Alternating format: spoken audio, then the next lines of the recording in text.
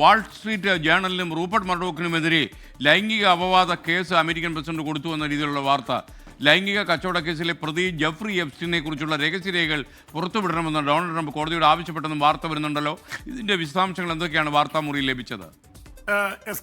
ഈ Donald Trump ഒന്നിനു പിറകെ ഒന്നായി വിവാദങ്ങളിലാണ്. പക്ഷേ പഴയ ഒരു അവതാരകനായിരുന്ന ഏറ്റവും വലിയ ഷോമാനായിരുന്നു അമേരിക്കയുടെ പ്രസിഡന്റ് ആവുന്നതിന് മുമ്പ് ട്രംപ് ഇതിലും ഒരു പബ്ലിസിറ്റി കാണുന്നുണ്ടാവും.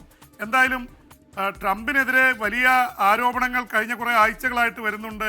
അതിനിടയിലാണ് ഇപ്പോൾ ഇത് സംബന്ധിച്ചുള്ള വാർത്തകൾ വന്നിരിക്കുന്നത്.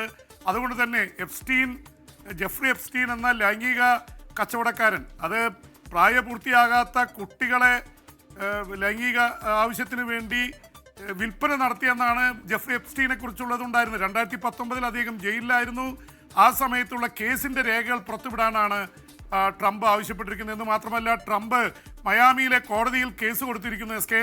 ആ കേസുമായി മുന്നോട്ട് പോകുമെന്ന് പറയുന്നു. എന്തായാലും അമേരിക്കൻ രാഷ്ട്രീയത്തിൽ ഇത് വലിയ കൊള്ളക്കം സൃഷ്ടിച്ചിരിക്കുകയാണ് അപ്പോൾ അതുകൊണ്ട് ജെഫ്രി എപ്സ്റ്റീനുമായിട്ട് വലിയ ബന്ധമാണ് ട്രംപിനുണ്ടായിരുന്നത്. ട്രംപിൻ്റെ സ്വകാര്യ വസതിയായ ഫ്ലോറിഡയിലെ മാർലാഗോയിൽ ഈ പ്രായപൂർത്തിയാകാത്ത കുട്ടികളെ കൊണ്ടുപോയി എന്നൊക്കെ തുടങ്ങി അവിടുത്തെ അമേരിക്കൻ മാധ്യമങ്ങൾ വെച്ച് കീറുകയാണ് ട്രംപിനെതിരെ.